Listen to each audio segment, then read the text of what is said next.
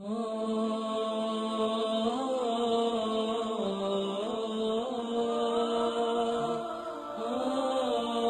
حق کا نام ہے، تیرے دل میں ہے علی؟ ہاں، کوئی حق تو نہیں دبایا، کسی یتیم کا مال تو نہیں کھایا، کسی کے پیسے تو نہیں دینے تجھ کو؟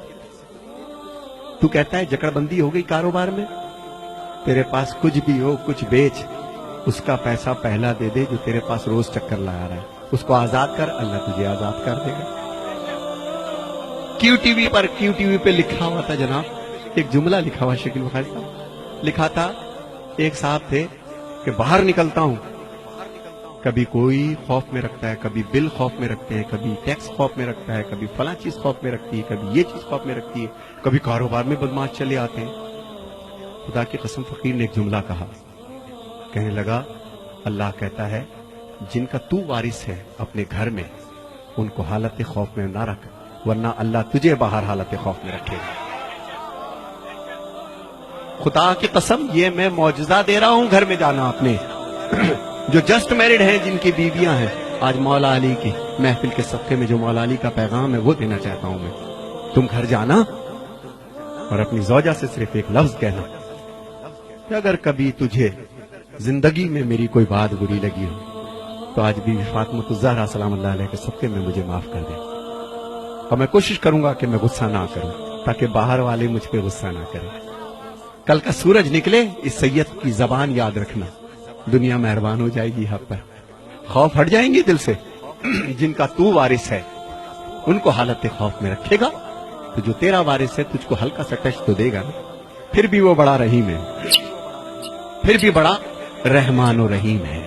اور جو میرے بچے یہاں بیٹھے ہیں، بہت دور دور سے چھوٹے چھوٹے بچے آئے ہیں، اچھا کیا لینے آئے ہو؟ خیبر سننے؟ مولوی صاحب سنائیں گے۔ خندق سننے؟ وہ بھی مولوی صاحب سنائیں گے تم کو۔ میں تو بیٹا یہ بتا رہا ہوں کہ تمہارے باپ کے بال اب سفید ہونا شروع ہو گئے، چشمہ لگ گیا ہے بیٹا، تمہارا اسکول نہ جانا ان کے کلیجے کو کاٹ دیتا ہے، تمہارا کاروبار میں دلچسپی نہ لینا جو اتنی تنکا تنکا کر کے تمہارے باپ نے ایک سواری بنائی ہے، تم دیکھتے نہیں ہو کہ گھنٹوں یہ اکیلا بیٹھا کیا سوچتا رہتا ہے؟ تم سمجھتے ہو ٹی وی دیکھ رہا ہے، خدا کی قسم ٹی وی نہیں دیکھ رہا ہوتا، یہ یہی سوچ رہا ہوتا ہے کہ پتہ نہیں ہم میرے یہ 3 بیٹے ہیں 2 بیٹے ہیں، اللہ میرے کاروبار کو سنبھال لے، میری عزت کو سنبھال لے۔ تو میرے بچوں جہاں جہاں مولا علی کہ اس میں تم لوگ آئے ہو، وفادار ہو جاؤ اپنے ماں باپ کے، اس سے پہلے کہ وقت تمہارا گزر جائے، اس سے پہلے کہ تمہاری اولاد ہو جائے۔ ہائے ہائے ہائے، مزہ تو اس مجلس حسین مولوی صاحب، مزہ تو مجلس حسین کا جب ہے، فقیر کہتا ہے کہ مجلس ختم ہو 250 بچے اپنے باپ کی جوتیاں لے کے کھڑے ہو۔ یہ ہے درس، 10 مجلسوں کا وہ مزہ نہیں، وہ اثر نہیں، صرف مجلس ختم ہو۔ میں نے اپنی آنکھ سے دیکھا، میرا باپ دنیا سے چلا گیا، جب دنیا سے چلا گیا تو میری ماں نے جائیداد رکھی، آؤ اپنے باپ کی جائیداد بیٹو، بین الاقوامی شہرت یافتہ ہو دنیا میں، تمہیں سب جانتے ہیں ندیم سرور، آؤ اپنے باپ کی جائیداد بانٹ لو۔ ہم 6 بہن بھائی بیٹھ گئے، میرے باپ کی جائیداد کیا تھی پتہ ہے؟ 6 جوڑے پوری زندگی کے، 1 ٹین کا بکس، غریب نہیں تھا حالانکہ، 2 1 جوتا 1 چپل 1 چشمہ 7-8 انگوٹھیاں 1 ٹوپی 1 جانماز، یہ جائیداد تھی ندیم سرور کے باپ کی۔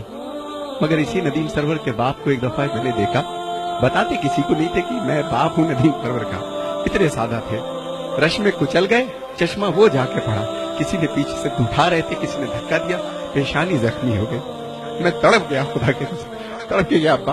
میں نے کہا ابو یہ کیا ہو گیا؟ ارے نہیں میرا بچہ، ہائے ہائے، جس نے مجھے چلنا سکھایا، جس نے مجھے بولنا سکھایا، جس نے میری ناپاکی کو برداشت کیا، 10 بار میرے سوال کے جواب کو دیا، یہی تمہارے باپ جو بیٹھے ہیں، انہوں نے تمہیں چلنا سکھایا میرے بچوں، انہوں نے تمہیں بولنا سکھایا۔ ماں کے اور باپ کے اب بدن میں وہ طاقت نہیں رہی، شادی ہو گئی تمہاری، اپنے کمرے میں جانے سے پہلے کم سے کم اگر تمہارے پاس وقت ہے تو 1 گھنٹہ اپنے ماں باپ کے پاس بیٹھو، یہ تمہارا انتظار کرتے ہیں، تم کچھ بھی کر لو یہ تمہارے لیے دعا کریں گے، دعا کریں گے۔ شادی ہو گئی، تم گھر میں آئے سیدھے اپنے کمرے میں، تمہیں نئی زندگی مل گئی، مگر وہ آنکھیں، ہائے ہائے، وہ آنکھیں اوڑھتی خود تو بوسیدہ لباسوں کے کفن اور چاہتوں کے پیرہن تم کو پہناتی ہے ماں، ہائے ہائے ہائے، پہلے بچے کو کھلاتی ہے بڑے ہی شوق سے، بعد میں جو کچھ بچے وہ شوق سے کھاتی ہے ماں. اور پیار کہتے ہیں کسے اور مامتا کیا چیز ہے؟ کوئی ان بچوں سے پوچھے جن کی مر جاتی ہے ماں. خدا تمہارے ماں باپ کو قائم رکھے. میرے بچوں، چاہتے ہو تمہیں علی مل جائے؟ چاہتے ہو تمہیں حسین مل جائے؟ وہ بی بی سرکار حسین کی ماں ہے. کس کو چلا ہے من تو منانے؟ ہے تیرے پاس اتنا بڑا کردار کہ تو حسین کی ماں کو منا لے؟ اس کی جو کنیز تیرے گھر میں ہے نا، تیری ماں، پہلے اس کو منا. پہلے اس کو راضی کر، پھر تیری بی بی راضی ہوگی. خدا کی قسم اس علی کو منانے چلا ہے. ہائے ہائے، یہ غلام جو علی کا، جس نے تجھے چلنا بولنا سکھایا، پہلے اس کو سکھا. تو میرے بچوں، یہ مت سمجھنا تم جتنے یہاں بیٹھے ہو کہ تم چل رہے ہو پھر رہے ہو، تمہارے باپ بے وقوف ہے. نہیں، زندگی گزاری سب جانتے ہیں کہ تمہارے تیز قدم کس چیز کی نشاندہی ہے. تمہارا اٹھنا بیٹھنا کیا سوچ رہے ہو، کیا باتیں کرتے ہو، ان بچوں تمہارے ماں باپ کو سب پتا ہے. لیکن ان کو کبھی کبھی خوف ہو جاتا ہے کہ بچہ بڑا ہو چلا ہے، کہیں بدتمیزی نہ کر جائے. تو میرے بچوں، جنہوں نے تمہیں پال پوس کر کے جوان کیا ہے، آج اپنے باپ کا کاروبار دیکھو. اور وہ بچیاں جو اپنے بھر کے انتظار میں ہیں، میرا بیٹا، بیٹیوں جوان ہو رہی ہو، ایک بات ذہن میں یاد رکھنا کہ جو ماں باپ تمہاری زندگی کا فیصلہ کریں، وہ گویا بی بی فاطمہ الزہرا نے فیصلہ کیا تم لوگوں کا. اور میری بہنوں کے لیے ایک پیغام ہے. اے میری بہنوں، جب تک تمہارے سر ڈھکے ہیں اس وقت تک ہمارے سر اٹھے ہیں. میرے حسینیوں، یہی بات ہے کہ نہیں ہے؟ جب تک ہماری بہنوں کے سر ڈھکے ہیں، جب تک تمہارے کردار سلامت ہیں، جب تک تمہارے، بے شک تم کالج جاؤ، یونیورسٹی جاؤ، جو چاہے کام کرو، کردار کے ساتھ لگے کہ علی والی ہو. جب چلو تو لگے کہ کسی علی والے کی بہن ہو، کسی کی بیوی ہو، کسی کی ماں ہو، کسی کی زوجہ ہو. یہی میرا ایک پیغام ہے آج کے مولا علی کا. مولا علی کا غم کیا ہے میں اس کو بھی پیش کروں گا. مگر میرے بچوں، جی اب جو میرے بچے یہاں بیٹھے ہیں، 2 شعر میں پڑھوں گا صرف تنہائی پر، کہ میرے بچوں، جتنی تمہاری تنہائی پاک ہوگی، جب تنہا ہوا کرو تو ایک چیز پڑھا کرو، سورہ الحمد کی تلاوت کیا کرو. کیا سورہ؟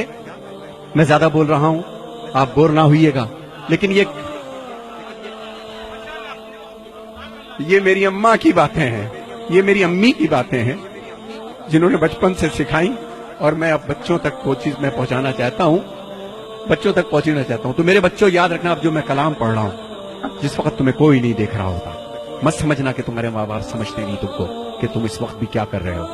جب تم تنہا ہو تو اہدنا الصراط المستقیم سورہ الحمد کی تلاوت کیا کرو. اور جو مومن و مومنات یہاں بیٹھے ہیں، جس ذہنی اور جسمانی پریشانی میں ہو، شب جمعہ میں یا کسی بھی رات میں، بعد نماز یا شب میں، وضو کر کے 70 مرتبہ سورہ الحمد پڑھیے بسم اللہ کے ساتھ. معصومین فرماتے ہیں کہ عجب نہیں ہے کہ مردہ زندہ ہو جائے. دوبارہ نہیں بتاؤں گا. اور ایک چیز، اگر کوئی بہت بڑی پریشانی ہے تو 10 تسبیح اللہ الصمد، اللہ الصمد، 3 صلوات پڑھ کے اللہ الصمد، اللہ الصمد، اللہ الصمد. تیسرا سورج نکلے گا اور تمہاری مشکل حل ہو جائے گی انشاءاللہ. ایک شخص تھا جس کو پھانسی کی سزا ہو گئی تھی. اس نے قید خانے سے کسی کو پیغام بھیجا تھا. کسی آیت اللہ نے اس کو پرچے پہ لکھ کر کے دیا کہ تو بے گناہ ہے، اور ہو سکتا ہے کسی زیادتی کی بنا پر یہ پریشانی دیکھ رہا ہو، کسی کو پریشان کیا ہو، کسی کا دل دکھایا ہو تو نے، تو اللہ الصمد کی تسبیح کر روزانہ 10 دفعہ. اور دوران تسبیح اگر تو 4 دفعہ کرے اور بیچ میں سے کٹ ہو جائے کسی وجہ سے، تو باقی 6 بعد میں کر لو. 10 اس کو مکمل کرو، روز کرو، انشاءاللہ 3 دن میں تمہارے مسئلے کا حل آئے گا. اللہ